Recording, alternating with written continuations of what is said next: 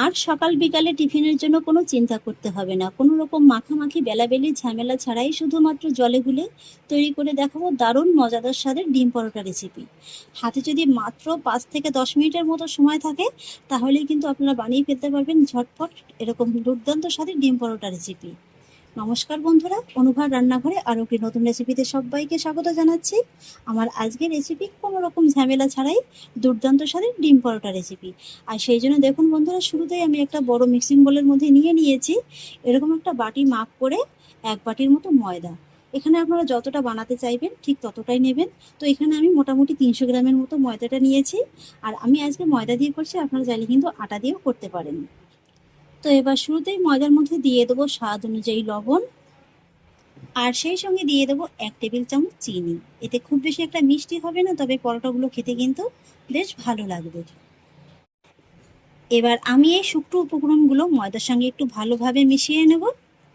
আর তারপর এর মধ্যে অল্প অল্প করে নর্মাল জল দিয়ে কিন্তু আমি একটা লিকুইড ডো তৈরি করে নেব। একবারে কিন্তু খুব বেশি জল দিতে যাবেন না, এইভাবে কিন্তু অল্প অল্প করে দিয়েই ডোটাকে আপনারা খুব ভালোভাবে তৈরি করে নেবেন।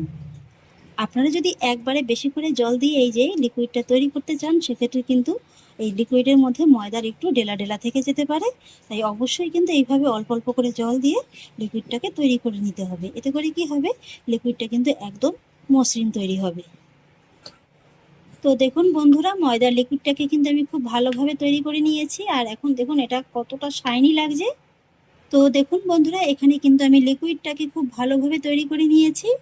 আর ঘনত্বটা আপনারা একটু দেখেই বুঝে নেন এটাকে ঠিক কতটা ঘন রাখতে হবে। একেবারে যে খুব বেশি ঘন থকথকে তাও কিন্তু নয়, আবার একেবারে কিন্তু পাতলাও নয়, ঠিক এইভাবে কিন্তু রাখতে হবে। আর এখানে দেখুন আমি নিয়ে নিয়েছিলাম এই বাটিরই 1 বাটির মতো ময়দা, তাই এই বাটির কিন্তু আমার 1.5 বাটির মতো জলটা লেগেছে, আপনাদের কম বেশি লাগতে পারে। এবার আমি এই ব্যাটারের মধ্যে অ্যাড করব 1 টেবিল চামচের মতো সাদা তেল। আপনারা চাইলে একটু ঘিও অ্যাড করতে পারেন। ঘিটাকে একটু ব্যাটারের সঙ্গে খুব ভালোভাবে মিশিয়ে নেব। এতে করে কিন্তু পরোটাগুলো খুব সুন্দর একদম সফট তৈরি হবে। তেলটাকেও আমি খুব ভালোভাবে মিশিয়ে নিয়েছি। এখন কিন্তু আমার পরোটা তৈরির জন্য ব্যাটারটা একদম পারফেক্টভাবে তৈরি হয়ে গেছে। এবার আমি ব্যাটারটিকে একটা সাইডে একটু 5 মিনিটের মতো সরিয়ে রেখে দেবো। এবার দেখুন বন্ধুরা, আমি আরও একটি বাটি নিয়ে নিয়েছি আর তার মধ্যে নিয়ে নেব 4টি ডিম। আপনারা ডিমটা কম বেশি করে নিতে পারেন। এবার আমি এই ডিমের মধ্যে অ্যাড করব স্বাদ অনুযায়ী লবণ। লবণটাকে ডিমের কুসুমের সঙ্গে একটু ভালোভাবে মিশিয়ে ফেটিয়ে নেব। ডিমটাকে কিন্তু আমি একটু ভালোভাবে ফেটিয়ে নিয়েছি। এবার আমি এই ডিমের মধ্যে অ্যাড করব 3-4টির মতো কাঁচা পাকা লঙ্কা কুচি। তবে ঝালটা কিন্তু আপনারা আপনাদের স্বাদ অনুযায়ী দিয়ে দেবেন। তারপরে অ্যাড করব মিডিয়াম সাইজের 2টো পেঁয়াজ কুচি। সেই সঙ্গে অ্যাড করব সামান্য একটু ধনেপাতা কুচি। আর অ্যাড করব 1/2 চা চামচের থেকে একটু কম গোলমরিচের গুঁড়ো। ব্যাস, এবার আমি এই সমস্ত উপকরণগুলোকে ডিমের সঙ্গে একটু ভালোভাবে ফেটিয়ে নেব।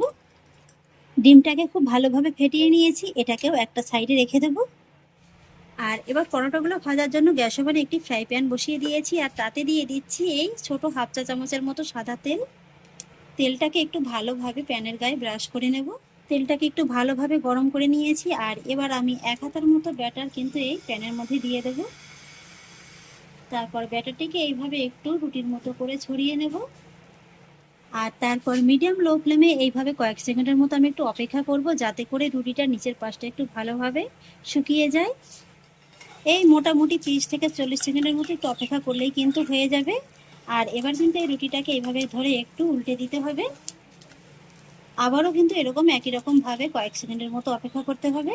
আবারও এই পরোটাটাকে একটু উল্টে দিতে হবে আর এইভাবে কিন্তু উল্টে পাল্টে মোটামুটি বেশ কয়েকবার একটু সেঁকে নিতে হবে, যাতে করে পরোটার মধ্যে কোনো কাঁচা ভাব না থেকে যায়।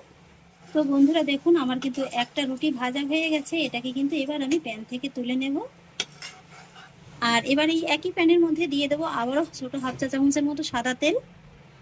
তেলটাকে একটু ভালোভাবে ব্রাশ করে নিলাম। আর এবার আমি প্যানের মধ্যে দিয়ে দেবো এই যে ডিমটা আমি তৈরি করে রেখেছিলাম, সেই ডিমের মিশ্রণটা এরকম 1 হাতার মতো দিয়ে একটু ভালোভাবে ছড়িয়ে নেব। বন্ধুরা, এরকম এত কম ঝামেলায় যে এত সহজে এত সুন্দর পরোটা তৈরি করা যায়, আপনারা কিন্তু না দেখলে বুঝতেই পারবেন না। দেখুন, আমার কিন্তু পরোটার জন্য প্রথমে রুটিটা ভালোভাবে ভাজা হয়ে গেল মাত্র কয়েক সেকেন্ডের মধ্যে। আর এবার আমি ডিম পরোটার জন্য ডিমটাকে একটু এইভাবে তৈরি করে নেব। ডিমটাকে আমি প্যানের মধ্যে লো ফ্লেমে জাস্ট 4 থেকে 5 সেকেন্ডের মতো একটু রেখে দিয়েছিলাম। আর এবার আমি যে রুটিটা তৈরি করে রেখেছিলাম সেই রুটিটাকে এইভাবে ডিমের উপরে দিয়ে দেবো, আর তারপর এইভাবে একটু আলতো হাতে কিন্তু হাতের সাহায্যে ঘুরিয়ে নেব। এতে করে ডিমটা কিন্তু সব দিকে সমানভাবে সুন্দর করে ভাজা হয়ে যাবে। আর তারপর এইভাবে কয়েক সেকেন্ড আবার একটু অপেক্ষা করতে হবে, যাতে করে ডিমটা রুটির গায়ে একটু ভালোভাবে লেগে যায়। ডিমটা কিন্তু রুটির গায়ে খুব ভালোভাবে লেগে গেছে। এবার আমি রুটিটাকে ধরে এভাবে একটু উল্টে দেব। দেখুন বন্ধুরা, পরোটাটা দেখতে এখনই কতটা লোভনীয় লাগছে। আর এইভাবে কিন্তু আবারও রুটির অপর পাশটাকে একটু কয়েক সেকেন্ডের মতো একটু সেঁকে নেব। এই তো বন্ধুরা, আমার একটা ডিম পরোটা কিন্তু খুব ভালোভাবে একদম তৈরি করা হয়ে গেছে। দেখে নিশ্চয়ই বুঝতে পারছেন যে পরোটাটা খুব সুন্দরভাবে কিন্তু সেঁকে নেওয়া হয়ে গেছে। দেখতে দেখুন কতটা লোভনীয় লাগছে। আর এবার আমি এই শুধুমাত্র পরোটাটিকে ধরে একটু ভাজ করে নেব। খুব সহজেই তৈরি হয়ে গেল আমার একটা ডিম পরোটা।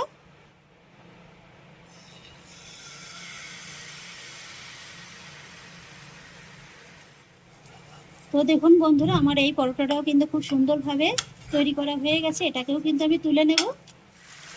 আবারও 1 হাতার মতো ডিমের ব্যাটার আমি কিন্তু প্যানের মধ্যে দিয়ে দিয়েছি।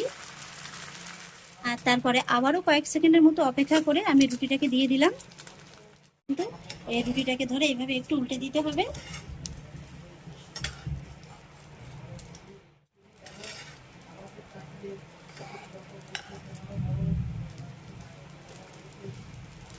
এই তো বন্ধুরা, আরও একটি পরোটা কিন্তু আমি খুব সহজেই একদম তৈরি করে নিলাম।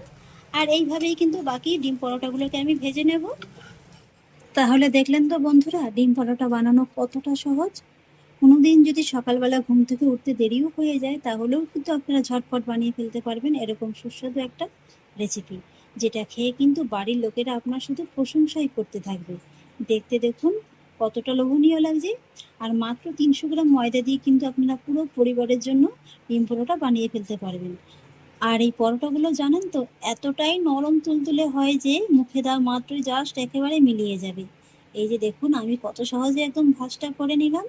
যাদের দাঁত নেই তারাও কিন্তু খুব সহজেই খেয়ে নিতে পারবেন। এই যে দেখুন, খুবই সফট হয় এই পরোটাগুলো। কোনো রকম ঝামেলা ছাড়াই এমন স্বাদের পরোটা যদি নিজেরাই খুব সহজেই বাড়িতে বানানো যায়, তাহলে আর দোকান থেকে কেনই বা চড়া দাম দিয়ে পরোটা কিনে খেতে যাব। আর অত ঝামেলা করে বেলাবেলি মাখামাখি ঝামেলা করেই বা কেন পরোটা বানাতে যাব। এইভাবে একবার বানিয়ে খেয়ে দেখুন, যেমন খেতে সুস্বাদু তেমনি কিন্তু বানানোর ঝামেলা একদমই নেই। আশা করছি বন্ধুরা, আমার আজকের এই রেসিপিটি আপনাদেরও খুব ভালো লেগেছে। যদি ভালো লেগে থাকে তাহলে আমাকে অবশ্যই একটা লাইক এবং কমেন্ট করবেন, সেই সঙ্গে বন্ধুদের সঙ্গে শেয়ার করবেন।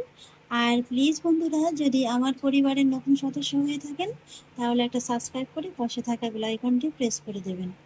ফিরে আসছি এরকমই পরের অন্য কোনো নতুন রেসিপি নিয়ে। সবাই ভালো থাকুন, সুস্থ থাকুন। ধন্যবাদ।